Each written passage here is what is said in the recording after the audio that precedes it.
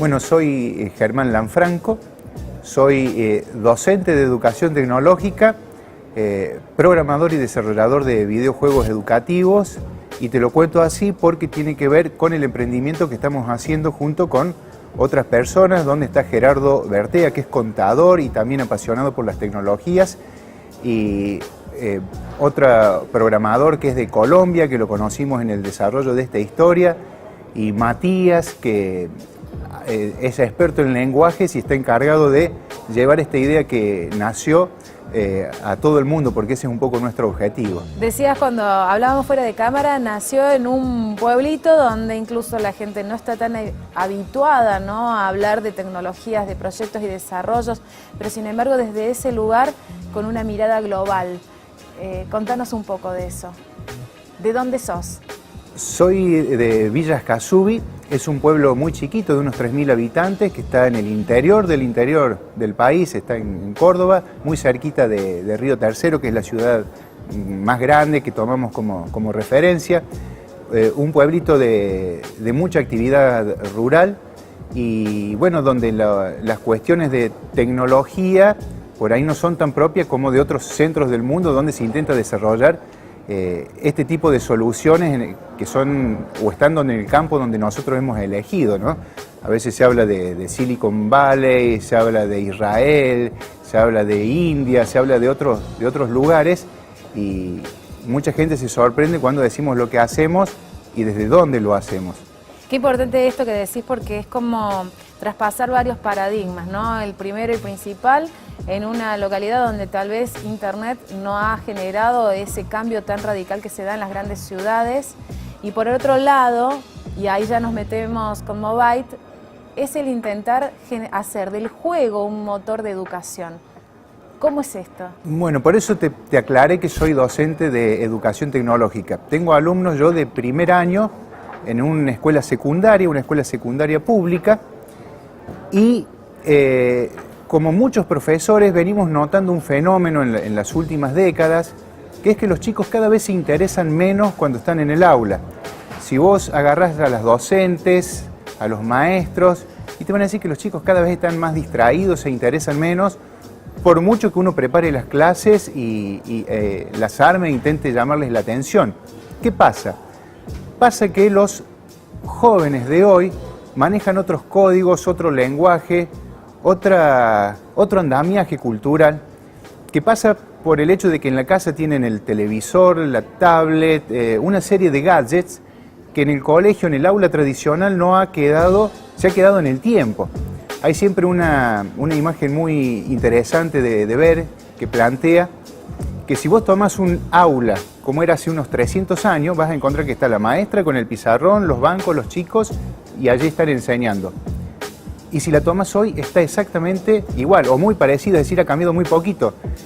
Comparado con otros sectores de la sociedad, la medicina, por ejemplo, si vos tomás un consultorio de lo que era la medicina hace 300 años, y vas ahora a un centro de atención de salud moderno, vas a ver que está tapado de tecnología y la dinámica es otra. Es decir, sí hubo en la medicina un avance que denota ese lapso de tiempo, mientras que en el aula no. Y como consecuencia pasa esto, que los chicos, que fuera del aula sí ha sucedido este cambio, no se sienten atrapados por lo que uno habla o la forma en que habla en el colegio. Por eso hay toda una corriente ahora para tratar de llevar las TICs a los colegios, y donde los videojuegos son como el gran elemento que permite hacer eso. Podríamos hablar mucho de cuáles son las ventajas que tienen los videojuegos a la hora de educar. ¿De dónde son las resistencias hasta ahora? ¿Son resistencias docentes, resistencias de poder interpretar ese nuevo lenguaje que nos aborda a los adultos, al mundo adulto lo aborda de una manera totalmente distinta que al joven que nació? ¿De dónde viene esa resistencia? Hay un poco de todo. Entendamos también que la escuela a veces no tiene toda la estructura que tiene que tener para poder contar con esos recursos, la capacitación de los docentes, bueno, la degradación a veces general que vemos de la sociedad. Son muchos los factores que vienen. Echar la culpa solamente acá en un punto me parece que no es acertado. El docente siempre está tratando de innovar y de hacer cosas nuevas. pero bueno, tiene que venir acompañado de las decisiones políticas, también. Pero no solo de las decisiones, porque decidir lo deciden. Después hay que generar todo el cambio para que esas cosas sucedan. Mobile, ¿cómo arranca en este contexto? ¿Arranca a partir de esa necesidad que tenías como docente de decir, acá se me acabaron las herramientas, tengo que ser más creativo? Sí, se juntaron dos cosas, creo, ahora que me lo preguntas. Con Gerardo, que te contaba mi socio, desarrollábamos videojuegos para teléfonos celulares. Y por otra parte yo notaba esto que pasaba en el aula con los chicos, pero sin embargo percibí que cuando yo los llevaba a la sala de computación, esa clásica aula que hay que tiene algunas computadoras, los chicos se entusiasmaban por ir ahí. Usaban las computadoras y descubrí también que yo los ponía a trabajar y escribir, pero ellos se apuraban para terminar el trabajo porque querían usar pequeños videojuegos que había dentro de la computadora. Entonces yo dije, genial, esos videojuegos que eran de una enciclopedia eran videojuegos de tipo educativo, pero eran muy sencillitos y muy pocos. Entonces dije, a ver, muéstrenme qué es lo que están haciendo. Y ellos me mostraron los jueguitos que usaban y yo dije, qué lindo, a ver si hay alguno que sirva para la materia, para lo que yo quiero enseñar. Y no había. Entonces aquí fue cuando hablamos con Gerardo y le digo, ¿por qué no hacemos una herramienta que permita que cualquier docente, sin tener conocimientos técnicos, pueda crear su propio videojuego educativo sencillo para usarlo en el aula? Gerardo, que enseguida entiende toda esta movida de las tecnologías, dijo, sí, es factible, lo podemos hacer. Y ahí fue como delineamos qué es lo que tenía que ser Mobile. Una plataforma que esté en internet para que cualquiera pueda acceder de cualquier lugar, que sea gratuita, que permita crear los videojuegos de manera muy sencilla, que se puedan usar sin tener que instalar nada. Sea, ¿un docente puede crear un videojuego a partir de las herramientas que ofrece Mobile? Mobile es eso, es una herramienta que te permite crear un videojuego de forma muy sencilla y sin tener conocimientos técnicos. Queda publicado en internet, de tal forma que lo puede usar el docente, pero también puede usarlo otra persona en otra parte del mundo, otro maestro que tenga la misma necesidad. Y de esta manera nace una comunidad que los genera de los videojuegos y los aprovecha. ¿Hace cuántos años que están trabajando en esto? ¿Hace cuántos años que arrancó Mobile? Y hace unos 4 años más o menos. Entendimos rápidamente que iba a ser algo muy importante, que iba a tener un impacto social. Y dijimos, hagámoslo bien. Y hacerlo bien implicaba por formar una empresa que pueda darle continuidad en el tiempo. Sabíamos que quería que se pueda usar gratuitamente, pero entendemos que tiene que tener modelos de negocio para poder desarrollarla, sustentar, crecer e incluso tener hasta un impacto social en generar trabajo, es decir, un poco la visión del emprendedor.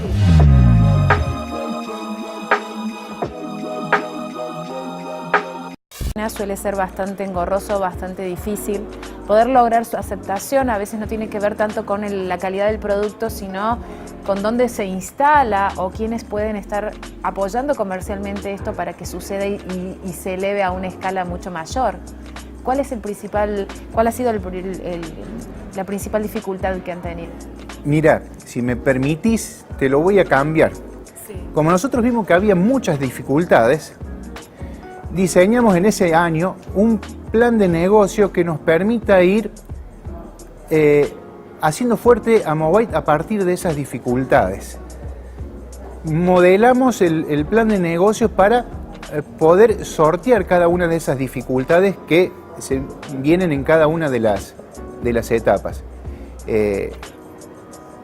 Mantenernos chicos al principio, trabajar para que pueda ir escalando.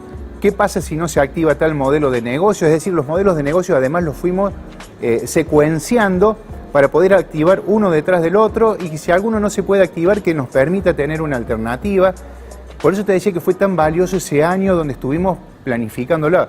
Te podría nombrar decenas de dificultades que se plantean de emprender en tecnología y de emprender tecnología en el interior del interior. Desde el poco acceso a internet. ¿Fueron profetas en su tierra o no? ¿O cuesta todavía esto de instalar la necesidad? Sí. En el pueblo nos abrieron rápidamente las puertas porque también tiene que ver con una estrategia. Vamos comunicando todo lo que nos pasa, todo lo que soñamos, todo lo que nos equivocamos y eso hace que la gente, la que te rodea y que después va creciendo la comunidad de gente que te rodea, esté consustanciada con lo que te pasa, a dónde querés ir, y te van apoyando y te van abriendo las puertas. Los primeros lugares donde fuimos fueron en los colegios de nuestra localidad. La municipalidad nos invitó a las exposiciones de emprendimientos que hacen ahí, y el segundo año ya nos dio un lugar central. Luego la región, las instituciones intermedias de la región también nos abrieron las puertas. Fue un paso a paso. Un paso a paso, que tiene que ver mucho con comunicar lo que hacemos y lo que nos pasa, aprovechando las redes sociales. Sí. Incluso vos sos un qué ejemplo de esto, vos ¿no? nos has invitado y te agradecemos mucho, pero entiendo que nos has conocido un poco de este intercambio de conocer que hay un par de personas que están haciendo eso en el interior y que es bueno darlo a conocer. A través de las redes sociales, casualmente, ¿no? Que es una puerta de ingresos para muchos tan importante. ¿Se puede decir que este proyecto que ustedes generaron con bomberos voluntarios puede haber sido también un campo de visualización aún mayor? ¿Hay algún momento que vos digas de Movite que fue el despegue de ustedes o en pleno despegue y tratar de aprovechar, por supuesto, la oportunidad? Sí, claro, o sea, y vamos de nuevo a lo mismo, perdóname que te remita siempre a lo mismo. En ese libro que escribimos estaba en algunos párrafos: vamos a aprovechar nuestra herramienta para hacer videojuegos educativos que le sirvan a alguna institución de mucho prestigio, los bomberos voluntarios, que tengan alcance y llegada nacional. Los bomberos voluntarios de Río Tercero son referentes a nivel nación, que le pueda llamar el interés de la prensa. Y fue el primer tiro, y como estaba tan planificado, salió bien porque apareció en los principales medios de la provincia. ¿Cómo fue? ¿De qué se trata ese juego? Una gran problemática que tiene Córdoba y otras partes del mundo son los incendios forestales, que generan muchísimo daño y tienen muchísimo impacto en la naturaleza y también en la economía. Entonces nos arrimamos a los bomberos a presentarles esta herramienta, nos recibieron muy bien y les dijimos: se puede hacer un videojuego para esto, para generar conciencia en la gente y también llamar la atención de la sociedad de una manera novedosa y llamativa. Por supuesto que nos dijeron que sí, nos pusieron todos sus recursos, la gente especializada, para brindarnos cuáles eran los contenidos, el mensaje que tenía que estar dentro del videojuego. Y fue así como nació, lo fuimos desarrollando. El videojuego de los bomberos también nos hizo advertir algunas cosas que tenía que tener la plataforma, que en su momento no las tenía y que las desarrollamos para ese videojuego, pero que sirven después para todos los demás. Y bueno, ya viste lo que pasó, se lanzó, llamó mucho la atención de la prensa. El videojuego sirve, funciona, porque lo hemos probado nosotros con niños y les gusta usarlo, los atrapa. Los entretiene. Los entretiene, pero les ¿no? queda además el mensaje Sí. de lo que intentan comunicar los bomberos, que son las medidas de prevención que tiene que tener una persona para evitar que se produzcan incendios forestales. Cuando salió Movite, en los primeros lugares que lo empezaron a recomendar y hablar de ella fue en España. ¿Por qué? Porque ahí están un poquito más adelantados.